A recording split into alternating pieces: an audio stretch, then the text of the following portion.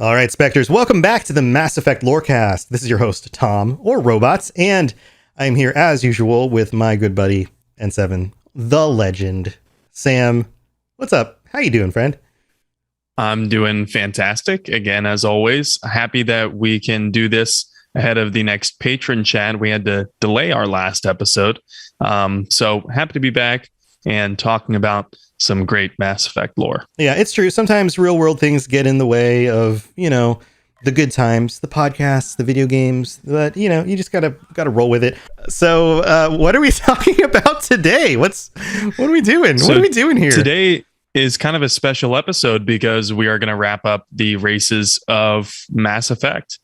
We've talked about the intelligent races of Mass Effect now for close to ever since episode 7. So, and we're on episode number 21 right now. So 14 weeks. Right. The intelligent races, the lesser, but still intelligent races, the very highly intelligent races, everything in between. Hence why we left out humanity. We didn't talk about humanity at all. We have not spoken about humanity. We'll talk more about humanity when we get into the factions. Certainly. Yeah. But tonight we are talking about two races from the Andromeda galaxy who were never seen before. Players jumped into the Helios cluster in MEA. One of them is expressive, spiritual, and generally friendly to the player. And the other is a highly militarized race hell-bent on assimilating everyone in a type of pseudo-religious way. Awesome. They sound cool. They are. I think some fans are bigger fans of these races than others, certainly. I think most of the Mass Effect fan base probably hasn't played enough of Andromeda to gain a really deep appreciation of these two races. But of course, we are talking about the Angara and the Kett. Right. Okay. So you have your little phrases that you use for each of the races. What are your phrases for these two? So for the Angara, I would say "Vive la résistance." Wait, they're French? They, you know what? Come to think of it, like if any race in the Milky Way were going to be French beside the Asari, I think, because the Asari are arguably British, but beside the Asari, it would probably be the Angarans. And for the Kett, my phrase is a matching phrase. It's "resistance is futile," which is funny because when you were describing them earlier, I definitely got like a Borg kind of feeling. Yes. About the description. Oh yeah. Okay. 110%, and we will dive into that. All right. As we talk about them. All right. So so why don't we just go ahead and dive in? Yeah, absolutely. So let's talk about the biology. The Angara are a bipedal humanoid race. They have legs very similar to a Quarian. I think it's interesting to note that bipedal intelligent life proliferated in a galaxy outside of the Milky Way too. Mm-hmm. So this is something that we quickly catch on to in Andromeda, because the Angara are actually the only race aside from the Kett that we meet in the Andromeda galaxy who are native to the Andromeda galaxy, and they're intelligent. This isn't to say that no other races exist, but at least in Mass Effect Andromeda, they are the only ones we meet. So their skin color ranges from blue to purple to green and sometimes even tan. Biologically, they present with two genders, male and female. They're kind of human looking. And I say that because not really. So if you were to just take it at face value, their genders, their bipedalism, humanoid body, well, they might sound like they look human, but they have two eyes, and their eyes are black. The sclera is black, and they have blue irises. And their distinctive characteristics are really the thick folds of what look like to be muscle on the sides of their neck. And it creates a type of mane appearance, like a lion's mane. And these manes extend from their scalp all the way to their chest. Right. To me, these, of everything that we've seen in a Mass Effect game, these look the most like they would be at home in Star Wars. Yeah, they definitely do. I'm not even sure what qualities about them really give that idea. But I mean, you've got like true. the who are they? what's the race with the tubes coming off their heads in Star Wars? Somebody's going to yell at me. You've asked me too quickly now. Yeah. I know who you're talking about. Yeah. Alis Kura is one of them. Right. Yeah. But you have different races with funny different things coming off their heads and things like that. That's one of the qualities of different Star Wars races that tend to be. I mean, lots of different sci-fi. The Twi'leks, yes, the Twi'leks. Thank you, chat. Spinotherix. I don't know if I'm pronouncing your name right. In chat, was able to throw that out there. But that's, Star Trek. You have all the different races. They tend to have different things on their foreheads, right? That was the whole thing about like every race in Star Trek just has a different thing on their forehead, but they all look human otherwise. Star Wars, everybody has just kind of a funny, different shaped head. You're like, and then of course they have different bodies and things too. It's not that cheaper simple. to get masks, right? Cheaper Absolutely. to get head prosthetics, right? So you have head prosthetics. So some of them have funny lips, and some have elongated heads. Some of them have things coming out of their heads. But yeah, these guys kind of look like that, right? Like they just have like a full head suit on. Yes, yeah, they do. They also, with the small exception of their legs, bowing backward like Quarian legs. Yeah, right. I'd say that's true. They originated on a planet named Havarl, which is a twilight jungle moon. It's not an actual planet. It's a satellite of a gas giant. And this is where they originated, which is interesting to note because as far as I know, this is the only intelligent race in Mass Effect that originated on a moon. The game tells us that they are hardy and they thrive in harsh environments, but it doesn't really explain much beyond that in terms of how. And some of the reasoning there might be because I'm not going to chalk it up to lazy writing, but some of the reason there might actually be because the Angara were created by another race. So we'll talk about that in a little bit. But if they were created by another race, which is now non-existent, the Jardan, that would explain why they themselves have a lot of questions about their creation and why and how and things like that. They produce an intense bioelectrical field and they can use it to communicate. So they have fine-tuned control over this bioelectrical field. And speaking of electrical fields, they're really reliant on sunlight. Without the electromagnetic radiation from sunlight, Angara will quote unquote go dark, which makes them generally weak and more easily sick. If it continues, if they don't get sunlight soon, they can enter comas and even die eventually, which is pretty extreme. That is extreme. I mean, humans need sunlight too. We go through like vitamin D deficiencies, but we're not that susceptible. Like there's even been studies done that we heal from diseases. So like, we're in the middle of the COVID epidemic, right? Like if you have COVID and you're in a hospital room, keep your blinds open and your windows more. It actually will, in studies, you heal faster from diseases through sunlight exposure, which is kind of interesting. It is interesting that the sunlight would be so key to the evolution of this different race too, in a completely different galaxy. Yeah, but like it's like turned up to 11. Like yes. they need it. Like it's beneficial to us. They need it. It's really interesting that they so desperately need it because they originate on a jungle planet, which is kind of like in an eternal twilight zone. Like it's never too bright on Havarl, I think. Part of that, I guess, could be because of the scourge that is going through the Andromeda galaxy when the initiative appears there, but I don't think so. I don't think that's why there's a twilight atmosphere there. I wonder personally how this dire need for sunlight would affect their stellar colonization efforts. Because you can't really spin too long aboard a ship or in the void of space if you're in such desperate need of that, right? Unless you can synthesize it through other means. Like, what is it specifically about the sunlight that they need? And can you do some sort of,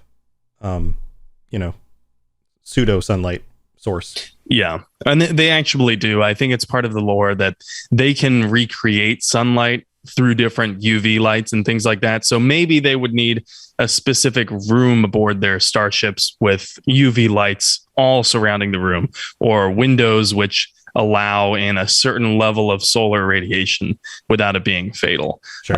Maybe they would just work in UV lights around the ship. I'm not sure how that would work, but yeah. I'm sure they would find a way. Some other interesting things to note about the Angara are that they have different taste buds than all of the other species in the Milky Way. So, according to Jal, the Angara squad mate in Mass Effect Andromeda, Milky Way food tastes very bland. And in fact, the Angara are immune to extreme tastes like capsaicin, which is, of course, very spicy. To humans anyway. Mm-hmm. According to PB, the Asari squad mate in Mass Effect Andromeda, Angaran food smells great, but tastes awful. Well, I guess you have to just have the right taste buds for it. Maybe you can't actually taste the good flavors. So when I was reading this, I was thinking, my first thought was dogs, right? Dogs love strong smelling things. Yeah, that's my joke with my wife, is that like humans, we have like a range of like good to bad, right? And everything in between. Dogs, does it have a smell or flavor? Yes or no? If yes, good. Yeah, it's exactly. It's weak or strong. Strong, good. That's it. That's all. So maybe Angara are a little bit like dogs in that respect. That they just appreciate very strong flavors, no matter what they are. Yeah, right. But boy, do I have some recommendations for them. They got to try some Malort. If you've never had Malort, it's a type of alcohol. So if you're old enough, go try it and thank me later. That's a joke. You're not going to thank me. You'll throw up. It's awful. But enough about Angara and their tastes. Let's talk about the Kett for the second. I can't even say their name. Who am I? Why am I on this episode? But the Kett are also bipedal with backward bowing legs, similar to the Quarians and the Angara. So interesting link here, but humanoid bodies, nonetheless, they're covered in a very hard bone exoskeleton that functions as natural armor, but it also looks like they have an endoskeleton too. So fuck it, 2 skeletons. Why not? Well, okay, so wait. Like a deer has a skeleton, but also can grow antlers that are effectively made out of keratin or whatever, right? Like we have teeth that are part of our skeletal system that come out of our body. Like we grow nails out of our, like they just, it like, to me, it looks like it, you know what it looks like to me? It looks like they are growing, like they spent too much time not moving underwater and fish started like yes, it looks like they are covered in coral. Like they're like they have a coral growth around them, and then after 60 years being underwater, all of a sudden they woke up and decided to climb out of the ocean. They would look oddly at home on Davy Jones' ship. Yes, very much so. Yeah. I think the seafoam green atmosphere that they got going on with their architecture, their skin, their starships and everything totally fits that mold too. Yeah. So new addition to Pirates of the Caribbean, the Cadet. I just did it again. The Kett. The Cadets. There's very clearly some link to the Angara in the way that the Kett look. You can see it in their face very obviously, but beyond that, the Kett don't have genders. And in fact, they don't have reproductive organs at all. Well, that's a real bummer. Sorry to all of you who had it bad for the Cadet, the Kett. One of these times I'm going to get it right the first time. Anyway, sorry to all of you who had it bad for the Kett. It probably looks like they have nothing going on down there, like a Ken doll. So maybe that's because they don't need genders or organs. Reason for that is they don't reproduce sexually. They only reproduce through a process ominously called exaltation. What? That's right. So you remember you mentioned the Borg earlier. This is kind of where it comes into play here. So exaltation is the name that the Kett give to assimilating other races' genetic material into their own. The Kett began adding beneficial genes from other species into their own genome to chase genetic perfection, or what they call harmonization. Oh, This is like the really creepy dude at the bar who's like hitting on you and is like, "Hey, baby, we should make an awesome next generation because we both have perfect genetics. Like, why don't you take your eugenics somewhere fucking else?" I don't know. Sounds like a religious experience. This sounds like, hey, baby, why don't you come over to my place? Because I'm going to show you heaven. Like, yeah, why don't you come get exalted? yeah. Ugh. Now, okay. The first three Mass Effect games, we know that I obviously haven't played them nearly as much as you have, but I'm familiar with a lot of that stuff. This one, Andromeda, I bounced right off of. I was like, I played about an hour, and I was like, I don't know if I can be middle schoolers through an entire game, and I just haven't had the time to jump back in. So all of this stuff is absolutely brand new to me, and we're gonna get a review where somebody's like, "Why is that guy even on the show?" But it's kind of fun to be the guy who asks you the questions about exaltation. So is this like a religious thing for them? It very much is. Okay, So it makes sense. It's definitely why that's the a name. ritual. Okay, got it. And the facilities that they build for quote unquote ascending races into becoming a Kett are considered holy ground, like a temple. So they've been doing this so long and to so many different races that they eventually said, screw it, and made a serum that can just turn any other alien into a Kett. Wow. Yeah, creepy, very Borg-like, like you said earlier. Even things and also, from other galaxies that they've like never seen before. Yeah. I mean, they can do it to anyone. I think. At least they've done it to the Angara, which we have proof of. They've done it to a Krogan in Mass Effect Andromeda. So they had obviously never came into contact with a Krogan before the Andromeda Initiative arrived there. Sure. And yet the serum works on a Krogan. So I don't see why it shouldn't work on any other race. And, you know, they would kind of make a shitty neighbor, if you ask me. I mean, Like, yeah, they want to come over and, like, you know, get with your stuff in a religious way. They're like, hey, you know, I really appreciate the color of your hair, or I really appreciate how broad your shoulders are. Serum. Now you're a Kett. Okay, thanks. Yeah. No good. Cool. Thanks, No good. man. Also, I like your dog, Kett. Yeah, exactly. Your dog is now a Kett dog. You got a Kett pup. And your Kett dog is now completely loyal to me and my cause. So yeah. Except, oh wait. The one difference there is like, hey, I like the size of your junk. Now a Kett, but no junk. Yeah, exactly. Now there's no junk. Now there's none. They have no junk in the trunk whatsoever. Right, so that can't be. That's the one thing they can't assimilate you for. Is the size of your junk. Yeah, I mean, they must not have any inclinations sexually whatsoever. Yeah, because they don't. You get out of the shower, really reproduce and they're like, "Oh, why is there a Kett in my bathroom while I was in the shower?" And then he's like, "What's that for?" And you're like, nothing you need to worry about, buddy." And he's like, I'll tell you when you're older. And he's like, "Can't assimilate that. Never mind." And then he leaves.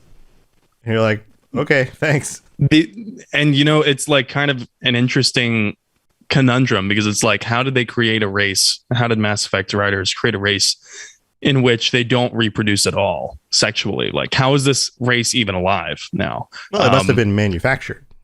Right. And the best idea that Andromeda Initiative researchers have as to why exaltation started is because there was some point in Kett history where their genetics stagnated for some reason, and they could no longer reproduce naturally. And that's sexually or asexually. They just couldn't reproduce naturally whatsoever. So this became a type of necessity. And that being said, most, if not all, of Kett biology is now taken from other species. Huh. That's pretty messed up. But I also would imagine that lends itself to a really interesting evolutionary changes over time. Yeah, I mean, they would have the rightful title of melting pot because it's literally melting people's insides and making them Kett.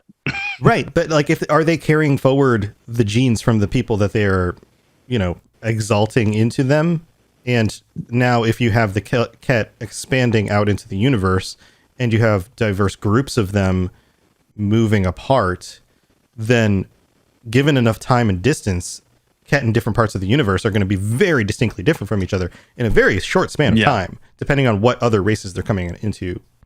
Interestingly, I think that they predicted this and they counteracted it with the serum, which is why I think the serum is standardized, because the Angara who are injected with the serum appear not to be Angara at all. None of their genetic makeup is Angara anymore. It's all Kett. The internal organs are Kett.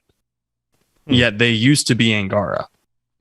Weird. So it's interesting because they pick and choose these specific genes that they deem beneficial. And that's the gene pool that they welcome into their new gene pool. But they basically throw away everything else. So they're not stealing your dog. I don't know. I mean, if I had a dog, my dog would be pretty awesome. And I feel like a Kett would want my dog. But he's not going to get a hold of my dog. Or it's not going to get a hold of my dog because the Kett don't have genders. So, So that being said, almost all of the Kett that we meet in Andromeda are in fact former Angara. Almost all of them, except the upper echelons of Kett leadership that we meet, like the Archon and his lieutenant. While the vast majority of Kett the player meets are quote unquote chosen or quote unquote anointed, all of them at one point were Angara. Okay, so if the Kett, now I'm doing it. If the Kett are a militaristic race, then this is basically like a free army. Yeah, that's exactly right. And that's part of the reason that they do it. They've been at war with the Angara for decades now. But let's get more into their history and how that war began after the break. Sounds good. And we've got a bunch of reviews to do. So why don't we do that? Here we go. Message coming in. Patching it through. I am sovereign, and this station is mine. I like the sound of that. All right. So here we are in the middle of the show. And first and foremost, we have to thank our patrons because you guys are freaking amazing. Thank you to all 36. Holy crap. How did we get 36 patrons? You guys are nuts. And a special thanks to Sovereign and Stagger and Stumble, our tier 5 shepherds. There are 2 shepherds now. I don't know how that works. You might have to battle each other out. Maybe it's like there can only be one true shepherd. I don't know how that works. You cut off the head of the other, you put it on a stake, then you get to be like, I'm the true shepherd. Yeah, I'm the real one. Don't actually murder each other. That would be a bad idea. But thank you to everybody who has supported the show. You guys are the best. We genuinely appreciate all 36 of you. And next week, we will be getting together with our tier 4 and higher patrons to chat with you about Mass Effect. And we'll be dialing in the topic of the show. Actually, this isn't even next week. Normally I say next week because it's a week away. This is on Sunday because we're recording this currently on Thursday. So it's just a few days away at our normal time, 9 p.m. Eastern time, 6 p.m. Pacific on Sunday night. And that is, let's give you an actual day, actual time or date, the 29th. So if you are a tier 4 patron or tier 5 patron or would like to upgrade or sign up to join us, then feel free to do that because we'd love to chat with you. And if you aren't a patron and we've done anything at all to help you get through your day, help you appreciate the game, any of these games more, help you drive to work or do your dishes or get through your workout or, fall asleep at night because our voices are just so soothing, then, please consider checking out patreon.com/Mass Effect Lorecast and tossing us a few bucks and seeing what you can get for it, because we would love to give you some things. And if you have some other ideas of things you guys want, pitch us some ideas. We'd love to give you some more stuff. So we're always happy to, take some things into consideration. So go check that out. And thanks again to all of our patrons. We also have some, 5 reviews. Holy moly. 5 reviews, Sam. We have Big Welch, who writes, great show, 5 stars. Just found this podcast this week and have already binged it. Makes for great listening while I work and helps. Oh, there you go. While I work and helps the day move by faster. Legend and robots banter back and forth is both informative and comedic at times, but not always. Not always, Sam. Sometimes we're not comedic. I know a lot about the Mass Effect universe for hours of playing the games, but still learn new things here. Would love to hear an episode on their thoughts of the original endings versus the extended sometime. That's an interesting idea. Easiest 5-star rating I've given. Now back to my calibrations. So that's awesome. Thank you so much, Big Welch. Then we've got some others. I'm going to go to my other screen. We have E1234567890987654321 from the United States of America, who writes, with great enthusiasm, this podcast is great. 5 stars. Great chemistry between hosts. Love the comparisons between the real world and within the universe. On occasion, they might get a little too much into the real world and not enough into the lore, but that's only a minor issue. Glad I found it. Well, sometimes we go off, but it's a podcast. That happens. We've been trying to stick with things a little bit more, haven't we? We've been doing a better job of that, right? Generally. Yeah, we have. I think so. But then again, I'm a little biased on that, so I think I'll defer to the to the crowd on that one. It's usually my fault. I'll take the blame on that. But thank you so much, E, with a bunch of numbers after your name that range from 1 all the way back up and down to 1 again. And we also have one from MPapa24 in the US, who writes, great show, 5 stars. I love diving into the lore of Mass Effect. It's great to hear there are others who seem to dive maybe a little too far down the rabbit hole. Oh, believe us, there are people that we know of who dive even further than we do. So, yes. Then thank you for the 5-star review. Then there's Warlord Jojo from the United States, who writes, this is my favorite podcast on the Citadel, 5 stars. Found this podcast on Spotify and didn't realize that it was through Robots Radio Network, and I thoroughly enjoyed that Fallout Lorecast, and I am thoroughly enjoying this one. I've been in love with Mass Effect since I played it back in 2008, and I played all of them through, and I do prefer the Destroy ending. Dun, dun, dun. Thank you, Lord Jojo. And yes, this is another one of those Robots Radio podcasts. There's a bunch of them, and we really do appreciate the review. So thank you for that. And one more, Peyton Wells from the US writes, amazing, 5 stars. Found this podcast looking for something Mass Effect related, and I love it. I've learned so much listening to it, and it's made a difference in how I see the playthroughs. 10 out of 10. That's like 2 5-star podcasts or 5-star ratings all at the same time. That is amazing. Thank you, Peyton. And thank you to everybody who took the time to leave a rating and or a review, and even just tell your friends about the show. Any of that kind of stuff helps a ton. Word of mouth is just the best kind of praise, help, advertising, any of that stuff. So thank you to everybody. Sam, we've got one more thing to do in the middle of the show. That we do. I'm really looking forward to this part of the show. Yes, because we had a mysterious benefactor do a competition on our Discord, a poem competition, a limerick competition, and we got a lot of really good limericks. Some really good ones. And limericks are just kind of good by default, but we had some really good ones. We had some really, really good ones. And the winner of this limerick competition will get to join us next week during the patron episode without even having to be a patron. So very cool stuff. And Sam, do you want to do the fun part here? Oh, do I have the honors? You have the honors. So we should read it, and then we should name the winner. That's the fun way to do it. Yeah. So first, the limerick. There once was a Krogan from Flet who lost his whole quad in a bet. The Vorcha had balls and they were too small, but they were the best he could get. And that masterpiece comes to us from none other than our very own Radio Dex on the Discord.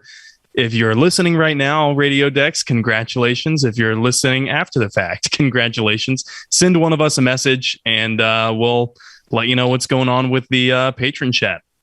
Yes, Radio Dex, send me a DM, and also please, there's lots of stuff going on. Send me a reminder too on Sunday, and I will share with you the Zoom link so you can join us in the chat Sunday night. And congratulations, this one is great.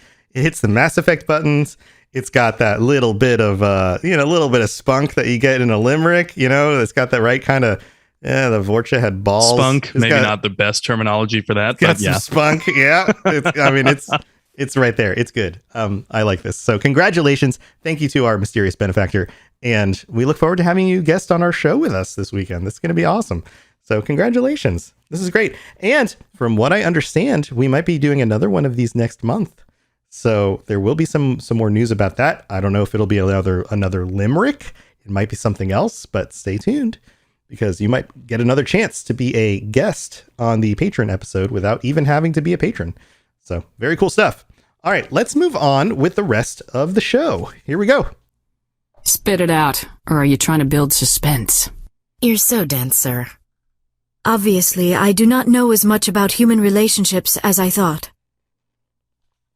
All right. And these were the winners decided by our mysterious benefactor. So this wasn't up to me and Sam. This was totally up to our mysterious contributor. So if you feel like you can beat that limerick next time, if we do another limerick competition, then start, I don't know, sharpening your pencil. I don't know what the phrase is for that, but get going.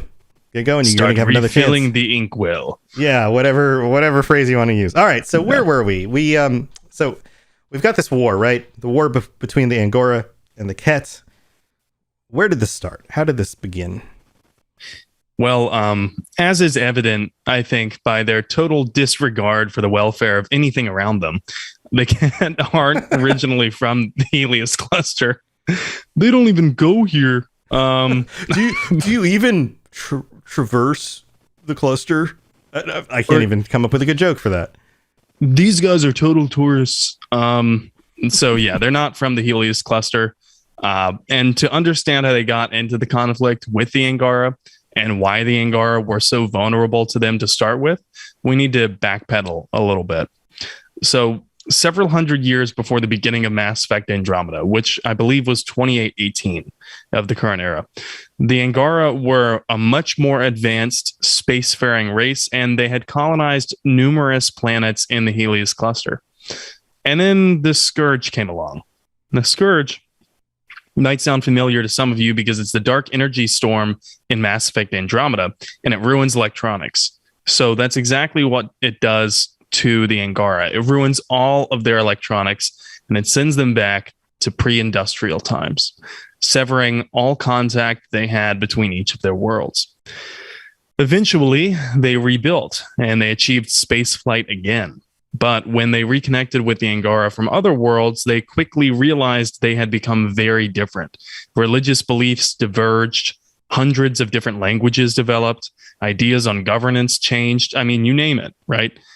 This is likely the based on the concept of natural selection, evolution, and Darwin's finches. Mm-hmm. Okay. So, you separate two populations long enough, right, and they become different. Like you had just mentioned in regards to the Kett earlier. Yeah. Darwin's finches. I mean, that's a good way to put it. It just kind of sounds funny, but yeah. Yeah, like Darwin's Finches is the new Disney movie coming out. Right. Or it sounds like a 90s folk band is what it sounds like. Hey, thanks for coming to the festival. We're Darwin's Finches. Thanks for being here, everybody. This is our new tune called Space Traveler. If you like us, please sign the guest book with Lisa afterward.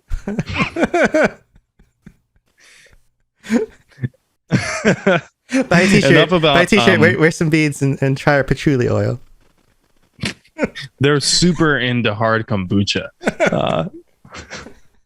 which I feel like some of the people around me in Portland might take offense to if they listen to this. Probably. But they're super into hard kombucha here. But this is important. So this whole point about like severing contact between two populations, the two populations then becoming very different.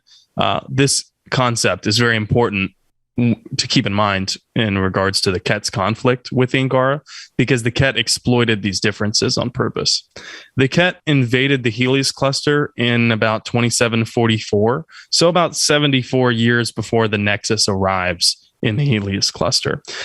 And of course, when the Angara first meet the Kett, they try singing Kumbaya around a campfire, thinking everything will be okay. We've read this really cool band. It's called Darwin's Finches. You guys want to sing along?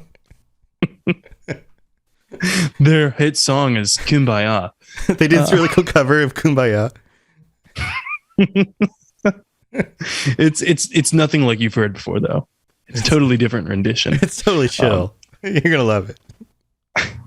They think that everything's going to be okay when they meet this race of bone coral clad aliens who assimilate ever. They're like, hey, we noticed that none of you have reproductive organs. That's not weird at all. I'm sure we're all going to be friends here, right? By the way, how do you guys create more of yourselves? Dead.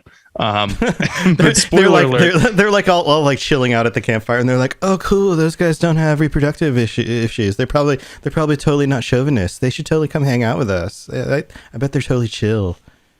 Yeah, they don't even have like genders at all. They don't even have genders at all. I bet they're so cool to hang out with. They probably don't. I mean, we don't even have to worry about like pronouns or anything. And I bet that egalitarianism isn't like even an issue in their society. We're gonna get reviews, and they're gonna be like, "Those guys on that podcast are so anti-liberal." And then we're gonna get yeah.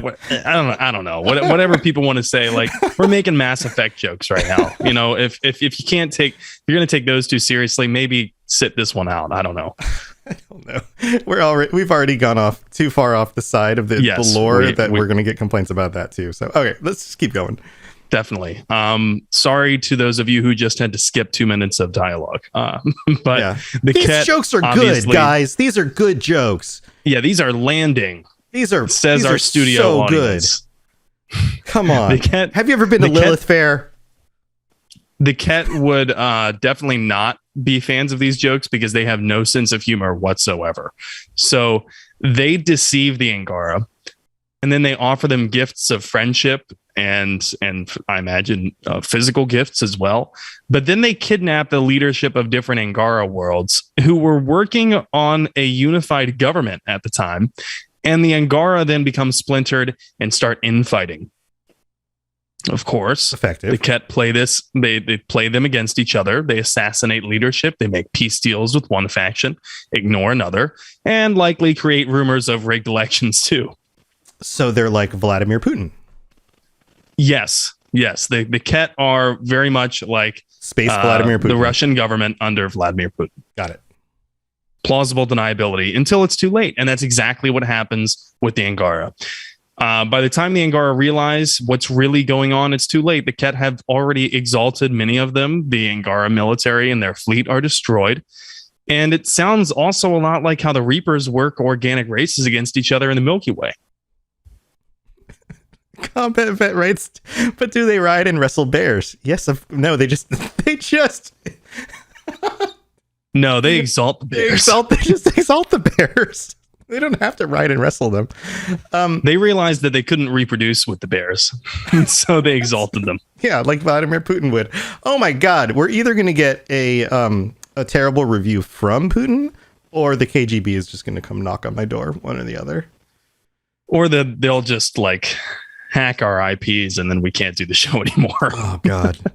I'm you know so what's sorry. funny? Speaking of Russia, this is kind of fourth wall breaking. I noticed that we were in the top 200 of Russia shows for a little while. They love us, and I over wonder there. if this is going to like result in us rising again in Russia. We were also, after that Batarian episode, we skyrocketed in China, which was weird to me because we were talking massive shit about them.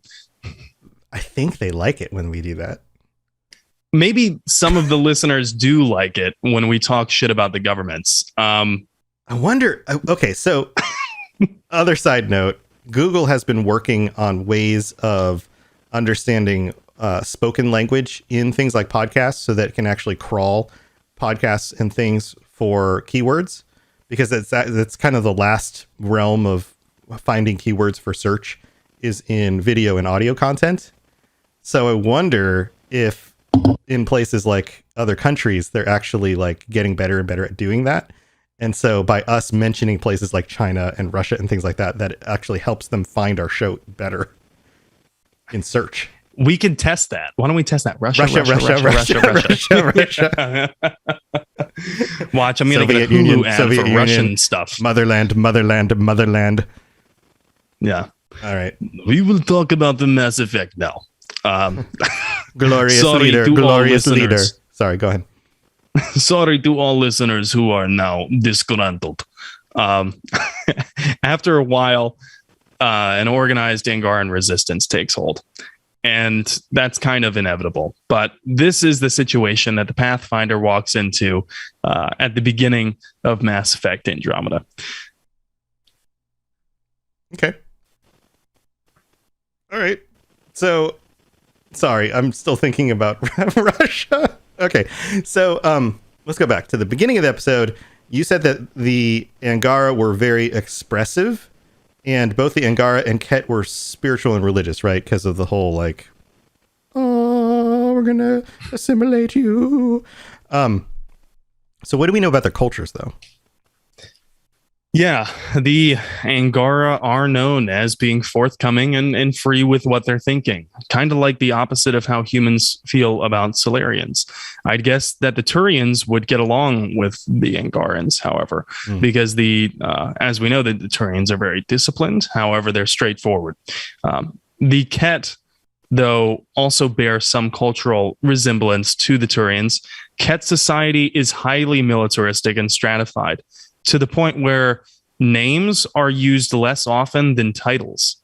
So this doesn't mean that all individualism is gone in their race, though. Even after exaltation, which hardwires the subject into being loyal to the cause, some Kett form factions against each other in the pursuit of dominance, no less. So they're not like completely biologically robotic. They're still right. They're not all the way in the Borg sector. Right. They're still like personhood, individualism. It's just kind of secondary to the collective. Right. They've hardwired brainwashing into their subjects, and yet there's still a little bit of like a contentious atmosphere, even among those who are exalted. And speaking of factions, it's somewhat surprising to me that the Kett have close to no notable dissidents in their theocratic, eugenic-centric empire. Say that 10 times fast. Theocratic, eugenic-centric empire. I can't even say it twice. It's a mouthful. And by the way, I've seen some of the comments in chat while we've been doing this. And if you've been listening and you're already thinking that the Kett might be a cheap carbon copy of all other sci-fi villains, I personally regret to inform you that their homeworld, Sarheesan, is governed by a body called, wait for it, the Senate. What other sci-fi universes do we know where there's a bad empire governed by the Senate? I mean, none. The Senate is always none good. That we can.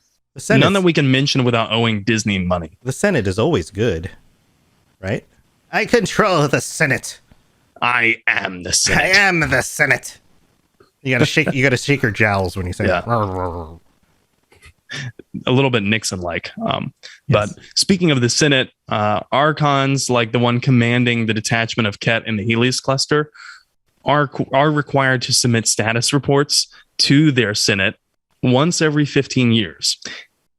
I don't really know what they'd say in the status report. Well, we're still exalting the locals. So, yeah, like, oh, nicely done. Keep being arrogant assholes. Over and out. I exalted a cow recently. It was really good.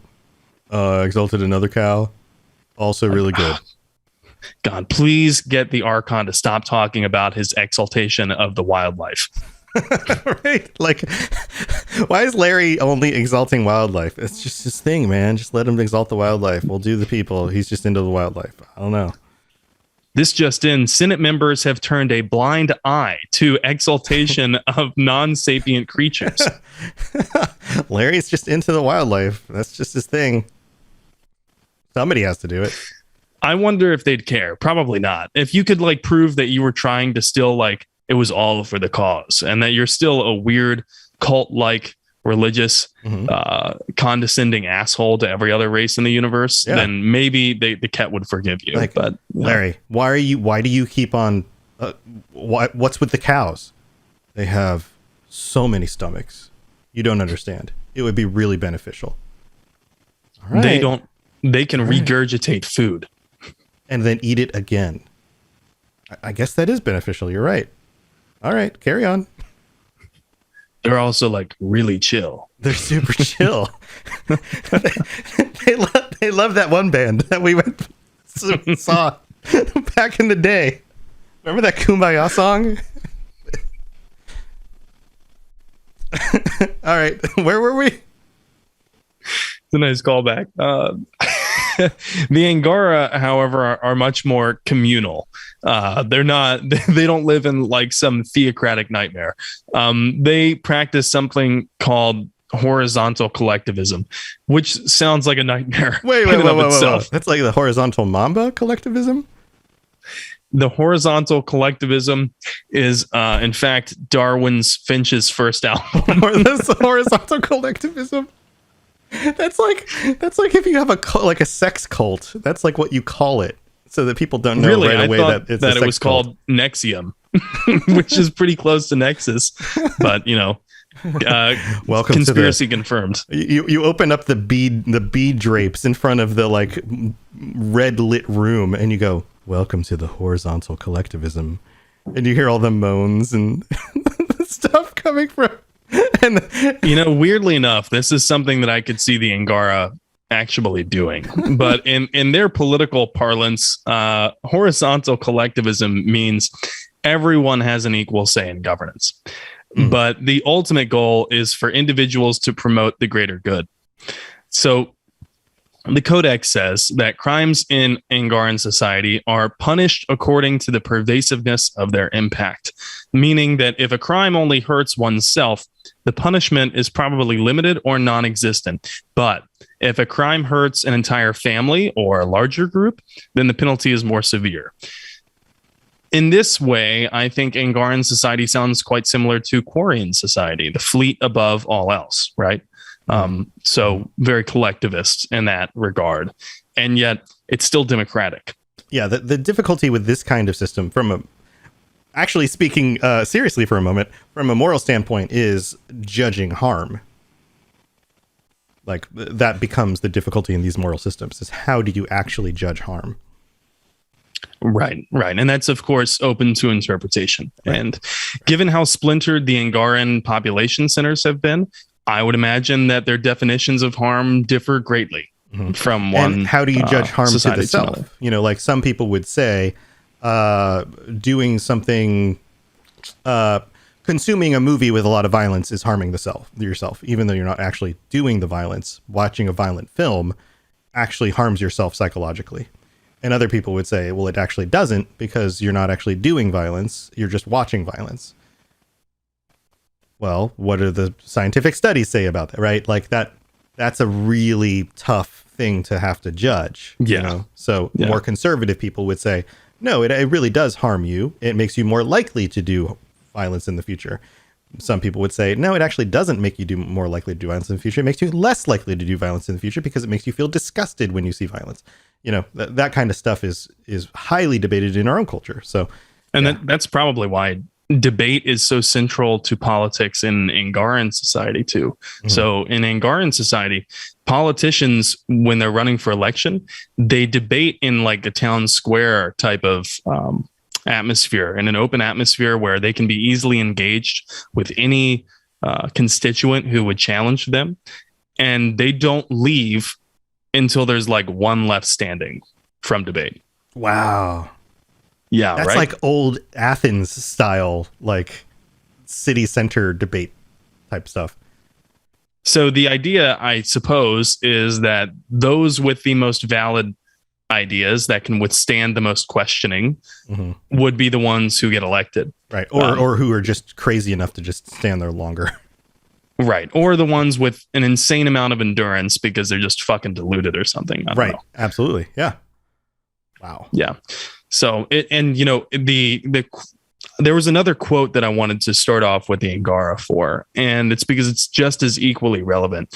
But the quote is, "It takes a village to raise a child." I'm sure almost all of us have heard this quote before. Mm-hmm. It also applies very much to the Angara, because the Angara don't think of themselves as having just one mother and father, though biologically they definitely do.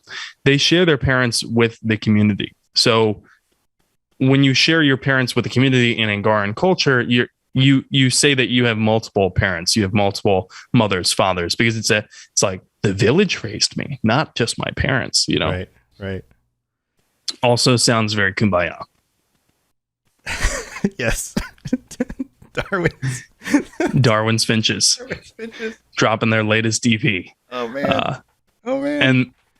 And this isn't to say that some of the qualities of what we refer to as Western individualism aren't present in Angaran culture, because they still have individual freedoms, egalitarian politics, and apparently private property too. Mm-hmm. When it comes to religion, however, you asked about the religion. Yeah. The Kett may have their creepy pursuit of genetic godhood, right? But the Angara are way more zen. The Angara are taught from a very young age to follow their family's spiritual traditions, sounds familiar to me, which often involve worshiping any variety of gods. Okay. The Angara are also huge proponents of meditation, contemplation, and enlightenment through reincarnation. They believe that a soul is reborn after death, but it always stays within the family. Do you know of any real world religions like this that add that specific caveat? I'm not aware of any specifically. I mean, this is very Hindu-ish. This idea of the worship of any variety of gods. Many Hindu believe that just because you might worship a different god than them doesn't mean you're wrong. It also doesn't mean that god does or doesn't exist. And they're not offended by the idea that you would even mention a god that they'd never heard of before. That's fine. They'd just be like, oh, that's cool. You have some other god. That's, if there could be infinite gods, they're okay with that idea. It doesn't matter. The idea of reincarnation only within the family, nothing comes to mind off the top of my head of any group that specifically believes that. I think that there's some problematic things with that idea, because what if someone isn't born every time someone dies? Sure. Yeah. There's like a limited stockpile of potential children. Right. Also, it means that every time you give birth to a children, you're also giving birth to an ancestor. Right. Hi, Granddad. Right. Which ancestor am I giving birth to? And how many ancestors is that person also? Like, is this my grandfather and also my great-great-great-grandfather and also my uncle at the same time? Like, is there a backlog of dead people that need to be reborn? These are valid questions, I think. But. Right. Yeah. It's interesting. It's an interesting mix of stuff. However, there probably is a backlog of dead people in Angaran society, because they're typically known to have very large families. Having 18 siblings, pretty average in Angaran society. It also creates makes sense. Issue if you have a population explosion. Like, if all of a sudden you go from a population of like 1 million people to a population of 1 billion people, where do those extra souls come from? Right. Where are the new souls coming from? You know what? My guess, the cows who liked Darwin's finches. They have ascended. They've moved their way up. They were such good cows. They moved their way up. And now they're granted the chance to become an Angara. Yeah, they've been milking that relationship with the family in order to move their way up. We're poking fun at this idea, but it is a kind of unique idea, I think, in terms of religion, and it makes sense with the Angara specifically because they went through 2 huge events in their history relatively recently. Several hundred years ago, all of their empire just got stricken back to the pre-industrial age, right? So Yeah. I wonder how many Angara died from that. Probably more than were born, right? Mm-hmm. They probably saw massive population declines. So maybe that's how this proliferation of a reincarnation within the family existed. I'm not sure. Well, it also brings you comfort. Oftentimes when a society goes through some sort of cataclysmic event, they become more conservative. They tie back to the religious roots, and they find comfort in those kinds of things in order to, kind of pull together and make it through. There is some like a little bit of a hint that the reincarnation is actually happening in Mass Effect Andromeda, because one of the resistance fighters of a different faction in the Angara, who you meet, apparently there's some evidence that his claims to being reincarnated are true. And I forget exactly the science behind it in game, but I do remember that the scientists and the researchers who were with the initiative had said, we're going to need to study this a little further because this is actually pretty interesting. They kind of hint at it. Yeah. Right. And like, that's always fun in a sci-fi like setting, right? Like, what if reincarnation or something that this spiritual thing that we totally thought was, like woo-woo bullshit, what if it's actually true? Right. There's some hints of this being real. Maybe we need to actually take a look at it. Yeah. That's fun. Yeah, that's fun. And by the way, anyone that believes in reincarnation, I'm not saying that you believe in woo-woo bullshit. I am saying though that the scientists in sci-fi games do consider those ideas to be woo-woo bullshit most of the time. And most scientists in our own reality also think of that as being something that belongs in the realm of the religious and is something that we can't actually prove. So right. I mean, how do you test? You can't really test for that. It's very hard to. It's very hard to create a double-blind study that can test for something like reincarnation. You can't. Right. It's the realm testing anything after death. It's the realm of faith. It's not the realm of science. It's something we can't really design a test for. So, yeah. Yeah. The Angara, just like we only have like pretty much 2 more details to talk about them. Because there's not a lot actually out there about the Angara and the Kett, because there was only one game put out where they were featured. And I think if there were more games like the Mass Effect original trilogy, if there were more games, if there was an actual trilogy of Andromeda games, we probably would have more lore to talk about with the Angara. But as it stands, the only thing else that I can really offer our audience is that, most Angara believe that good acts in one's lifetime will help them become more enlightened in the next. The types of acts valued are different across families. Some families revere acts of heroism, some revere acts of compassion more. But that's pretty much it. Well, cool stuff.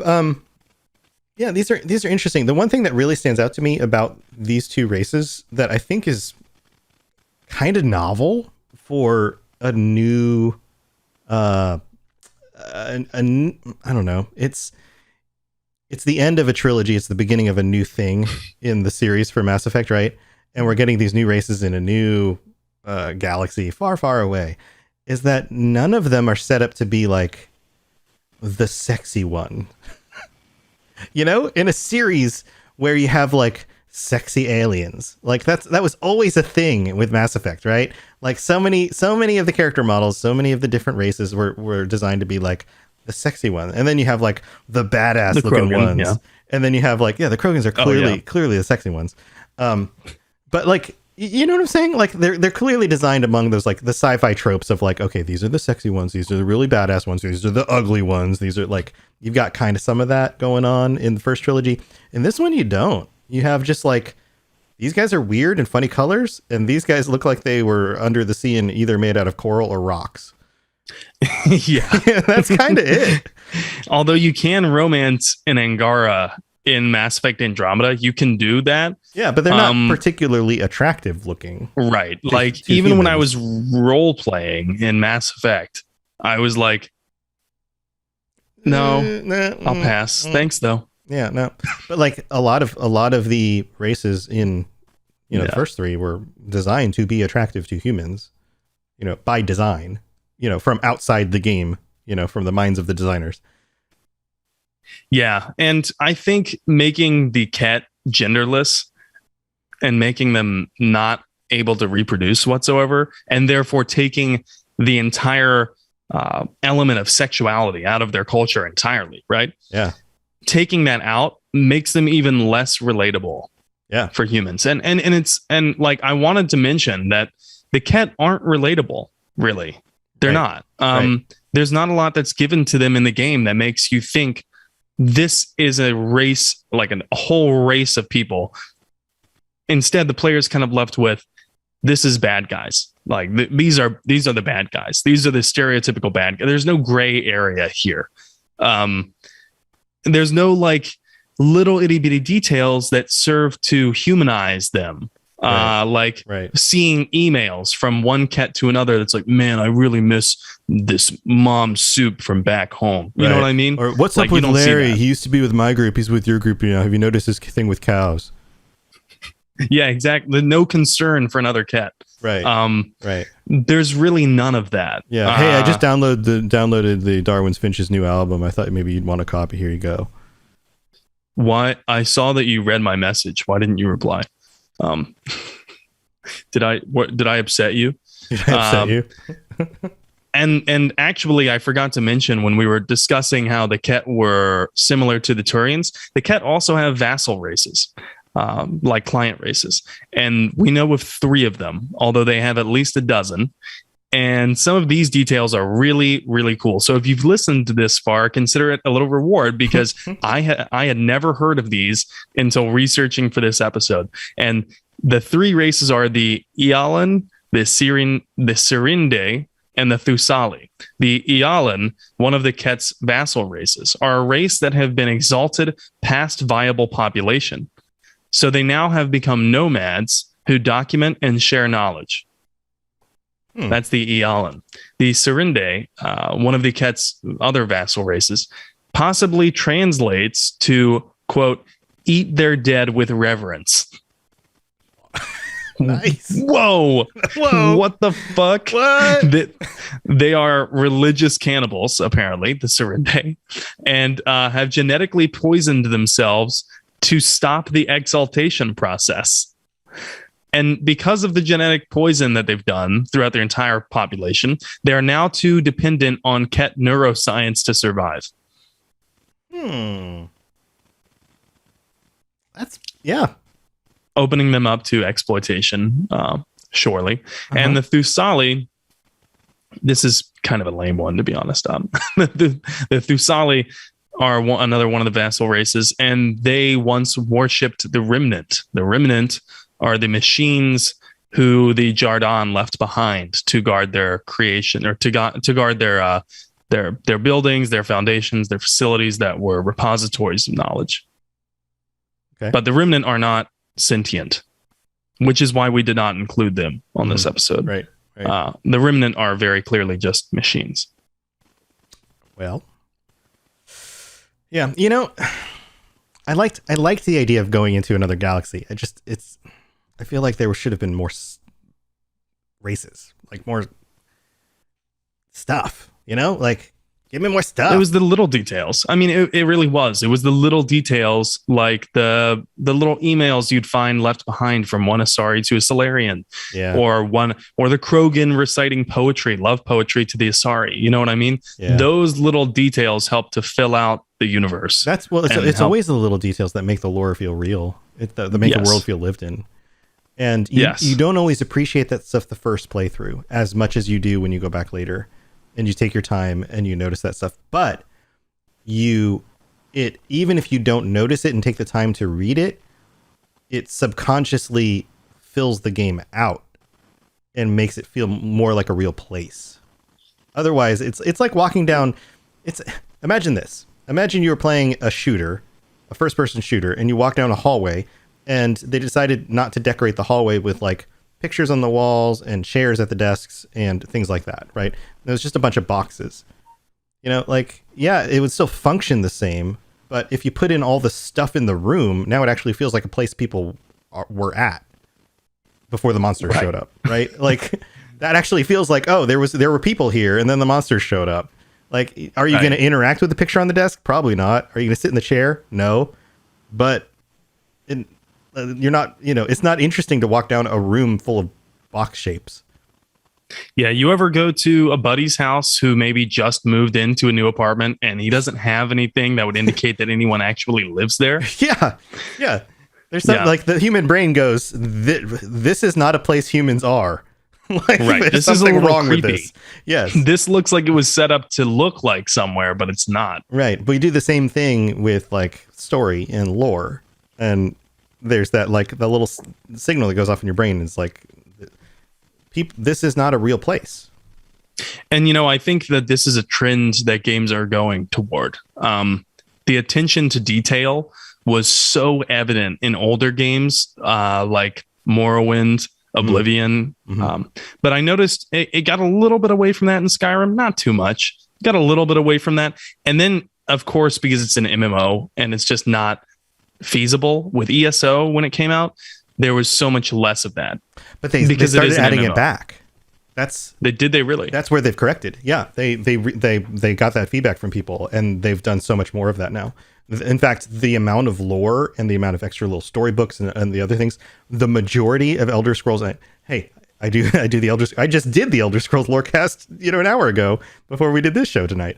The majority of the Elder Scrolls lore now comes from the Elder Scrolls Online, because that game is now 6 years old. Actually, 7 in development. Well, wow, they've written that much for it, huh? Yeah, I mean, every year they come out with a major expansion at this point.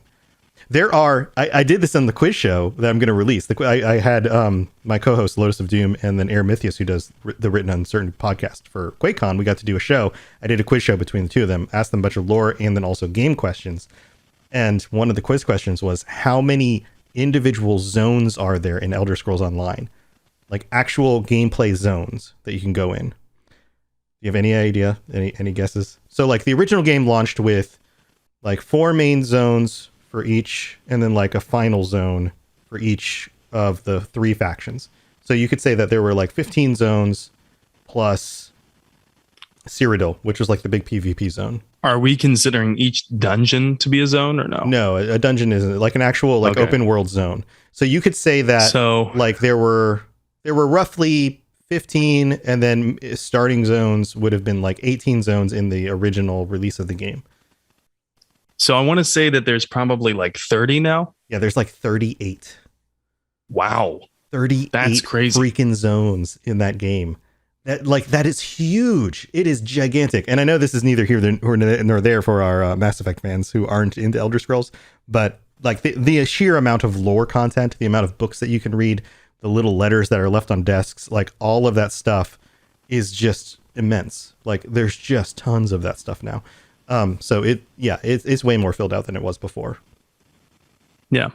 Well, I'm really desperately hoping that BioWare does not go the route of MMO, because I don't think that it would work for Mass Effect. I don't know why. Maybe it's because Mass Effect is so centered on the fact that your choices matter. And I think BioWare tried that a little bit with SWTOR, right? With Star Wars, The Old Republic. Sweater. Yeah. Sweater. I like to call it Sweater. But I'm not sure if it worked out that well for them. I mean, it was okay for what it was. And some people really loved it and some people didn't. And I think it worked for a time. But the MMO formula has to be different now. If you're going to launch an MMO, it has to be a little bit different. But what people loved about Mass Effect was that original trilogy is up there with the top single player role play through a story, affect the ending, romance a character or 12, like whatever, like play a game how you want to, affect the story, make it your own role play experiences in a universe that's interesting and feels gigantic. Like that's what you want in a role play game. That's what you want. You want it to feel like it's your experience. And when you talk to somebody else, you can say, oh, that's what happened in your game. Let me tell you about what happened in my game. And you can, like, especially in your first playthrough, I didn't realize that you could do that when that thing happened.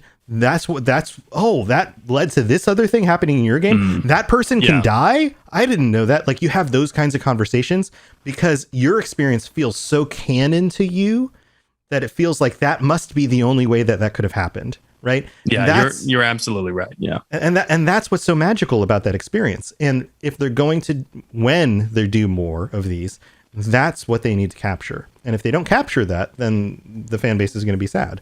I don't know that you can quite capture that with an MMO. An MMO is built for capturing different kinds of things.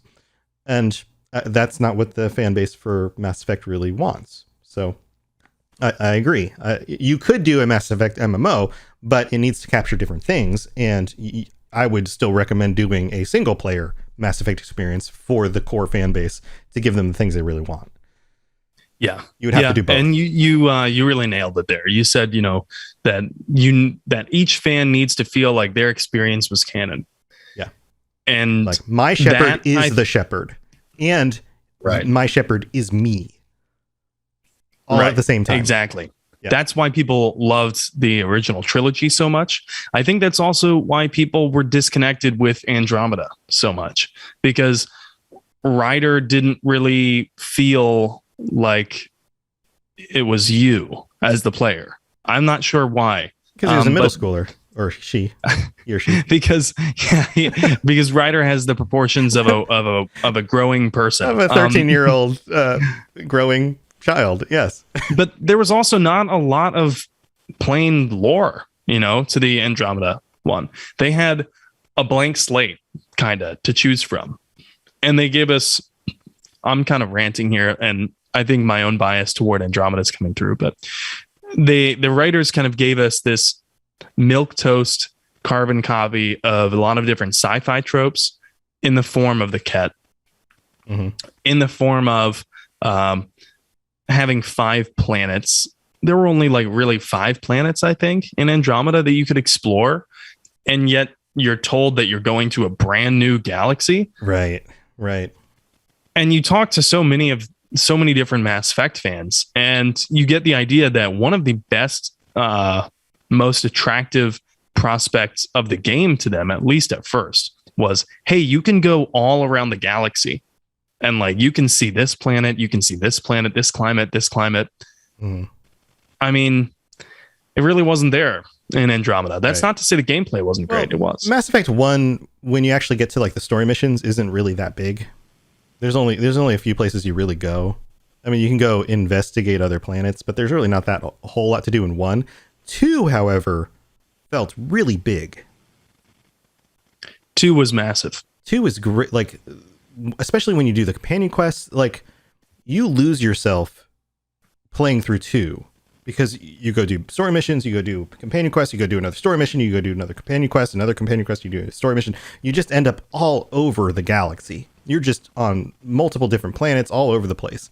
And that's the experience they needed to bring into a new galaxy. You needed to kind of lose yourself in the galaxy and feel like, I don't know where I am anymore. I've been to 24 places at this point. And, now I have to go back to this place. I remember this place now. This was the place that was where this thing happened. Oh, and now this is what's happening here? Oh gosh, that was 20 hours ago. Holy crap. Okay. You need to lose yourself in that. It needs to feel like a forest of stuff. And it's so shitty because they nailed some parts of Andromeda so well. They did. The customization of the external vehicle. I forget what it's called. The Nomad, I think. The customization of that, the customization of the weapons, of your character. It was all really awesome. And I loved that RPG element that they really brought back. But it was overshadowed by a lack of, I think, writing. I mean, it looked like that they had diverted more resources to gameplay developers than they did story writers. Yeah, and they probably did. And BioWare has had issues with the changeover and stuff like that during that time. So that's probably what it was. But hopefully they've got that stuff settled, and we'll get something else for Mass Effect 4. And it doesn't mean that you can't retool a studio in order to bring the right people on board in order to make a game, because there are a lot of people out there. A studio is only as good as the talent you hire to make the things, right? And there are a lot of great developers out there you could hire to manage a team, to work on a game, and to bring together. And if you put the right people together and you put the budget together, there's no reason you can't build a great game. There are a lot of people out there with the experience and the know-how to do it. You just have to prioritize it and then give them the freedom and the time to do what they do best. Yeah. Yep. Well, I think that's pretty much all we got for this episode. Next week, we got the patron chat, or not even next week. Yeah. Sunday. In a few days. So we look forward to seeing you guys on Sunday. Thanks for tuning in again. Thanks for, hanging out with our silliness, and then also the seriousness as well, because we do both. And you got anything else going on, Sam? Anything else you want to talk about before we go? Well, I was planning to stream some Mass Effect. If not tonight, then maybe tomorrow. And if not tomorrow, then definitely before the patron chat, because I'm still on Mass Effect 3 and I'm trying to get through it. A little part of me is like not wanting to get through it because then it's over, Yeah. And I've always had that kind of dilemma with this game, but I am going to get through it. And then I am going to play Mass Effect Andromeda, and I'm going to stream that one as well. So for any Andromeda fans out there who may have thought, well, Sam's not validating Andromeda lore. No, it's very much canon. So I'm definitely still planning to play it in my playthrough. So yeah, of course, N7 the Legend on Twitch, N7 the Legend on Twitter as well. Awesome. Yeah, go check out Sam's streams. You know where to find me, robotsradio.net. Lots of different podcasts, lots of different lore casts about all these different RPG games. And you can always catch me on twitch.tv/robotsradio. That's where we do this show. That's where I stream games when I get the chance to. And I've got all sorts of other stuff going on. You can always reach out to me also on Twitter @robots_radio, and let us know what you think about Mass Effect, or just say hi on our Discord. Just look up the Robots Radio Discord. It's also in the show notes. All right, guys, we'll see you next time. See you on Sunday, and have a great rest of the week, I guess, until we see you again very soon. See you guys. Bye.